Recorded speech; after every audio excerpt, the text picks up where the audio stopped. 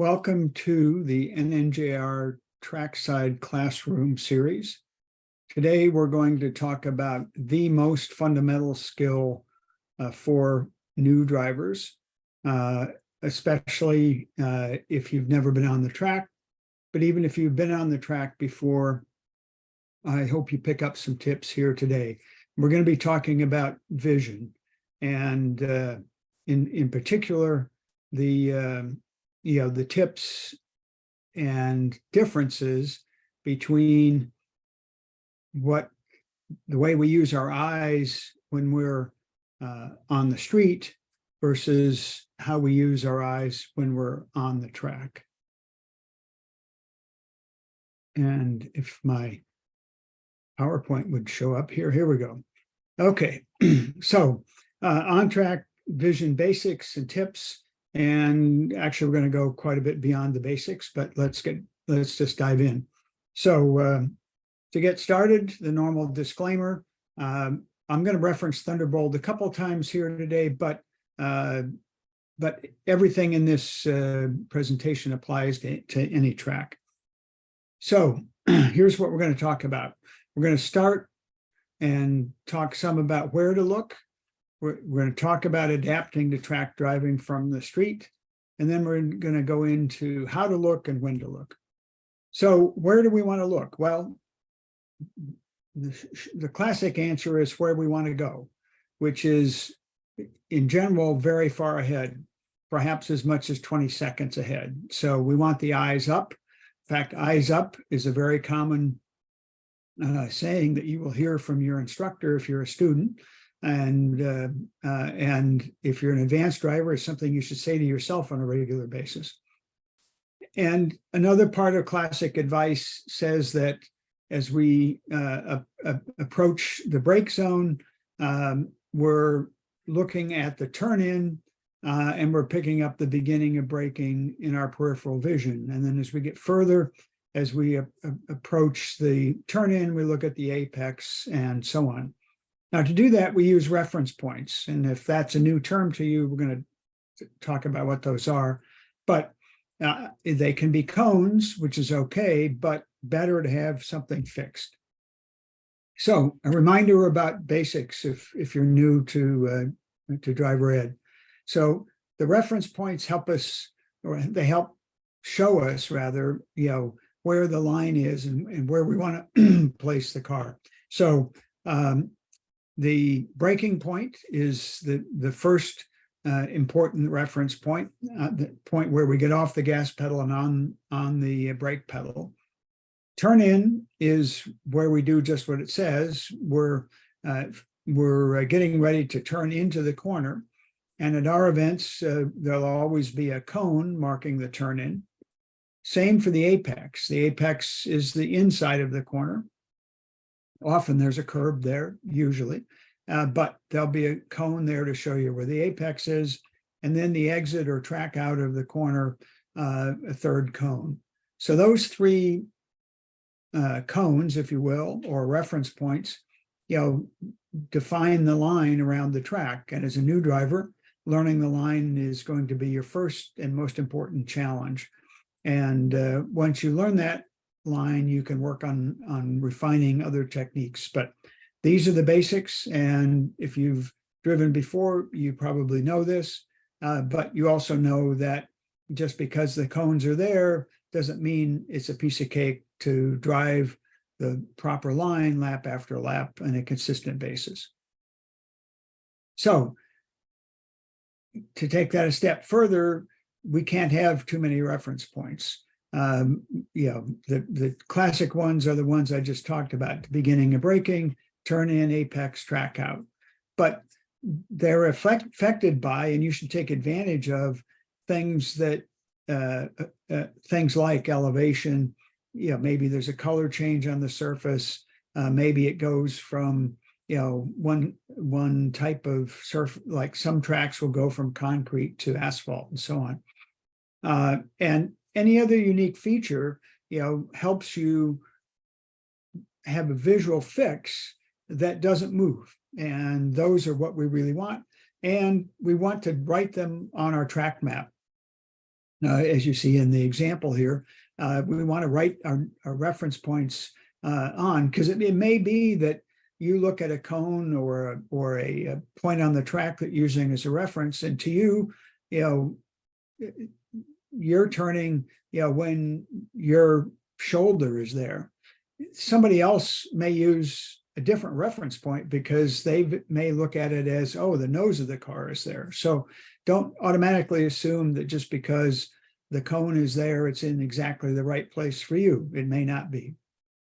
And the key thing on reference points as you get more experience is, to get a better and better mental picture of each corner, so that picture is up here in the head. And when we approach a corner, we already know what it's supposed to look and feel like. Now, why do we want reference points? Well, it's all about consistency. It's simple in some ways as hitting your marks. And that mental picture and that visual picture needs to look the same, because if we approach the corner and it looks different than last time, well, something's not right. Maybe we're going faster, maybe we're going slower, maybe we turned in a little too soon, or maybe we got on the brakes too late. It could be anything, but consistency is the first and most important step to getting better and better on track. And by the way, to going faster, but we can't go fast safely without being consistent. And again, we want to write down the reference points. We're going to write down anything that helps us with consistency. And once we have that mental picture, we can use it for visualization. We can go to sleep at night thinking about what the track looks like in our head, or we can do that sitting in the car as we're getting ready to go out onto track. That's visualization. Now, we obviously want to look where we want to go. Here's an extreme version of that from Indianapolis many years ago. Notice Jim Clark's head here. His car is literally sliding sideways down the track, but his head is turned, to where he wants to go. And on the track, that always applies. It particularly applies, in an unusual or emergency situation, but it also applies in every time we drive. And we'll go into that in a little more depth. But first, let's talk about adapting to track driving. The diagram you just saw a minute ago showed a basic curve, and that takes at least takes the 3 points you saw there, right? The turn in, apex, and track out. But our eyes need to see that whole corner, not the point to point, because when we do that, we have more confidence. If we just drive the track point to point, if we were on a bicycle or something, we might do what's on the left. But we really want to drive the track on the curve that's on the right here. And to do that, we have to have that mental picture of that corner and what that line looks like. So getting this mental picture in each corner is the essential first step to getting around the track. And it's the essential first step in learning a new track. If you have experience, but you're going to a track you haven't been before, getting this mental picture is essential. Now, let's talk a little bit more about how we use our eyes.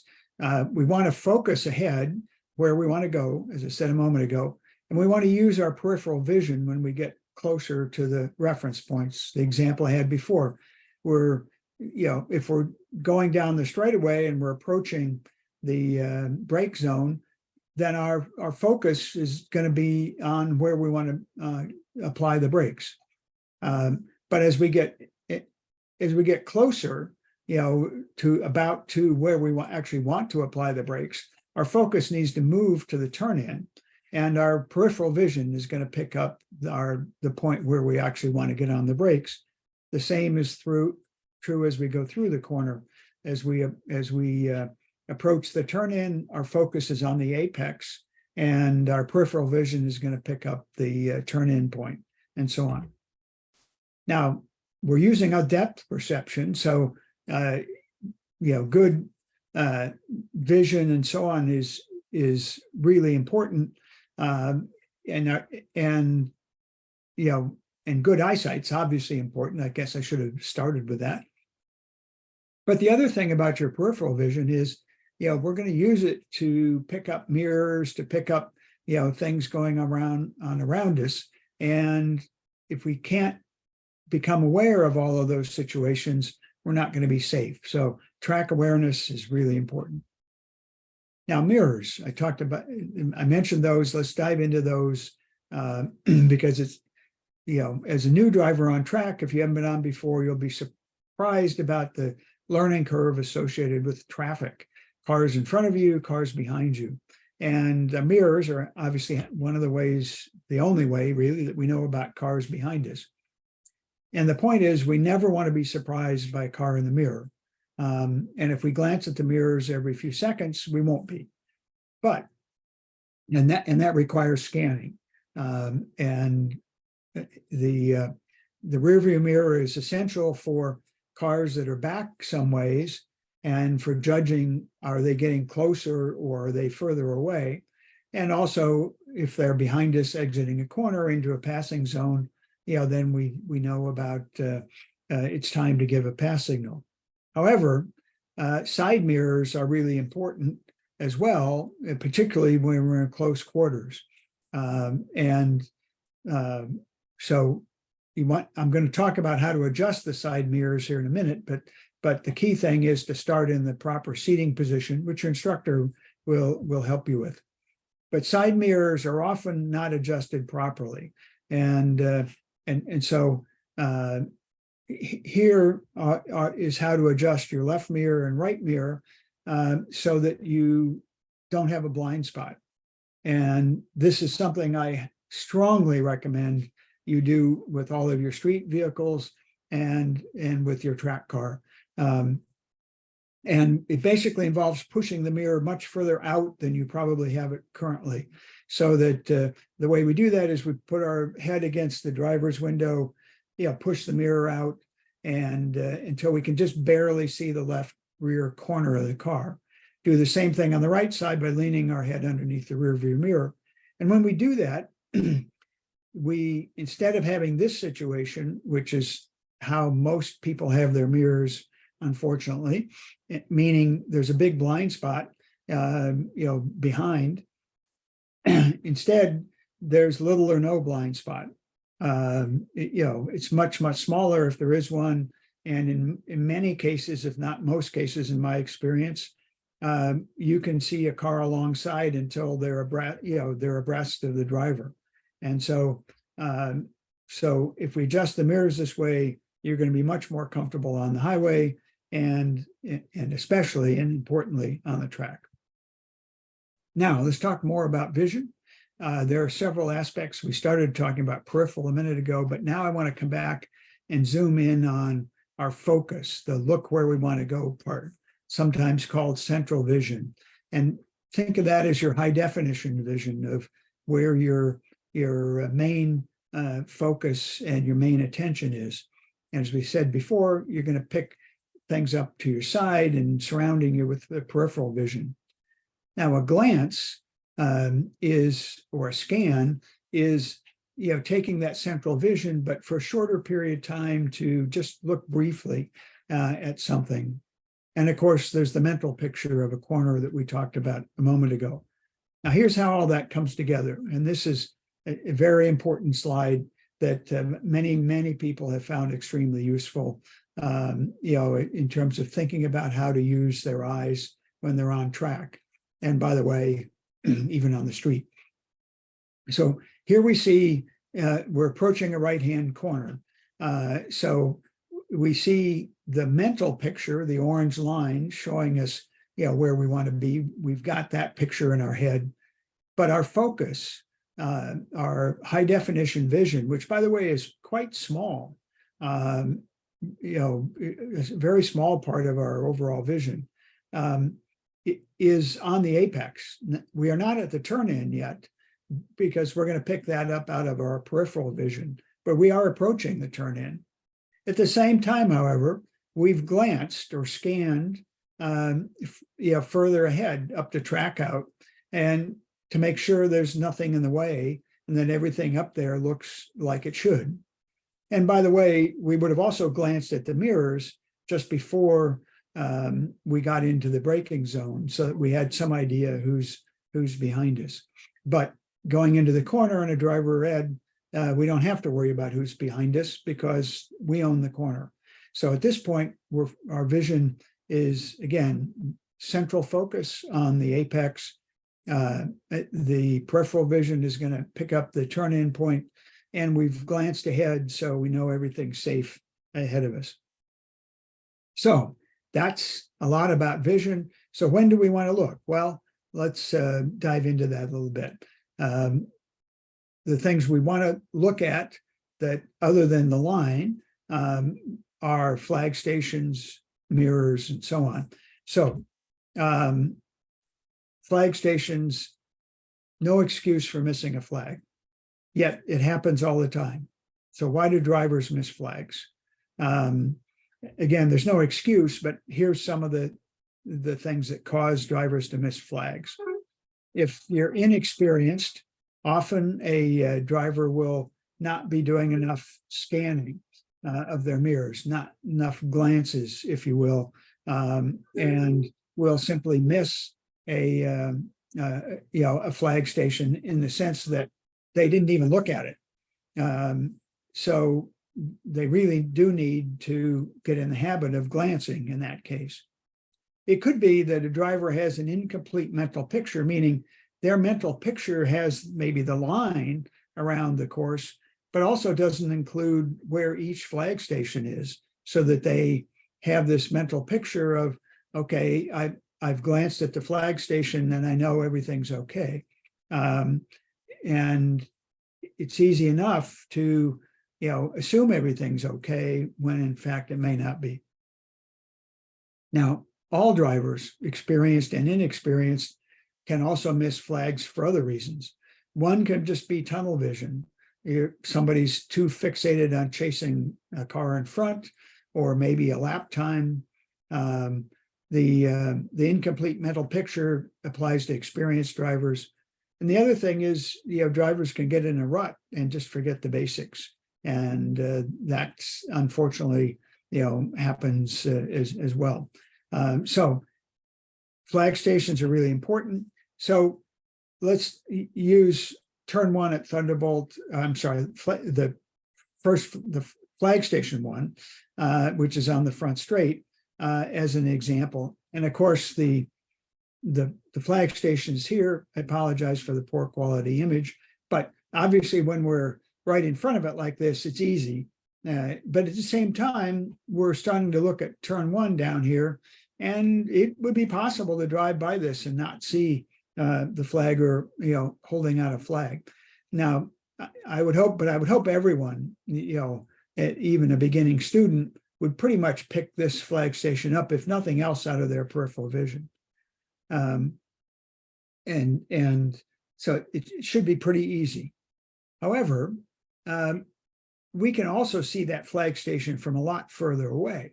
Now we've entered the front straight, but we're some distance away. Well, guess what? Our eyes should be looking ahead. Our central vision, our focus, should be just to the left of this, down the front straight.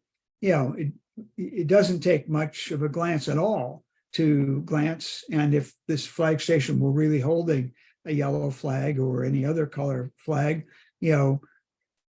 we should see it. In fact, it's simpler than that. Normally, if it's a green track, there's no flag, right? No flag means green conditions. So the presence of any flag tells us something different is going on, and we can see it. We can see any flag. We may not be able to tell the color from this distance, depending on the light and all that. But we can see that there is a flag, and therefore we need to be prepared to see what's going on. And by the way, the same applies from even further. Here we are just exiting, turn 12 onto the front straight, and yes, the flag station's further away, but again, if there's a flag waving there, especially, we're able to see it. And the whole point of this series of slides is to highlight how critical it is to get the eyes on flag stations as soon as they come into your line of sight, and not waiting until you get close to them. So enough said on that. Let's talk about mirrors. When should I be looking in my mirrors to know who's behind me? Well, here's some options: entering a corner, middle of a corner, exiting, middle of a straightaway, entering a braking zone. What do you think? Well, let's go through those. If we're entering a corner, as I said on the earlier diagram, we own the corner. Even if there's 10 cars behind us, we don't have to worry about it. We can drive the corner. So we don't need to look in our mirrors as we enter the corner. Same's true in the middle of a corner. We're busy exiting, executing, don't have to worry about it. However, as we're exiting, once we have the car pointed properly, exiting a corner, and it's safe to do so, we'll want to be prepared to give a pass signal if that's needed, and that means we need to be able to glance at the mirror, as we're exiting the corner. How about the middle of a straightaway? Absolutely. Yes, think about the front straight at Thunderbolt, or the front straight on almost any track, long enough that even if you gave a pass coming onto it, there could be a fast car coming up that closes on you in the middle of a straightaway, and there's plenty of room to give a safe pass. So the middle of a straightaway, absolutely. Not just the beginning of a straightaway.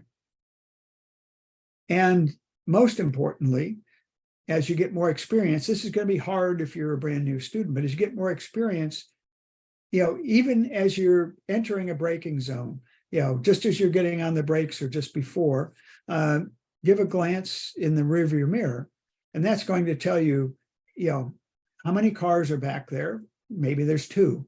How far back are they? If they're close, now we have to be prepared to give a pass at the next opportunity.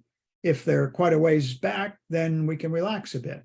But getting in the habit of knowing who's behind as we're entering a corner, not as we're driving the corner, but as we're getting ready to execute. So important times to look in the mirror. Now, just a couple of last points and we'll wrap up.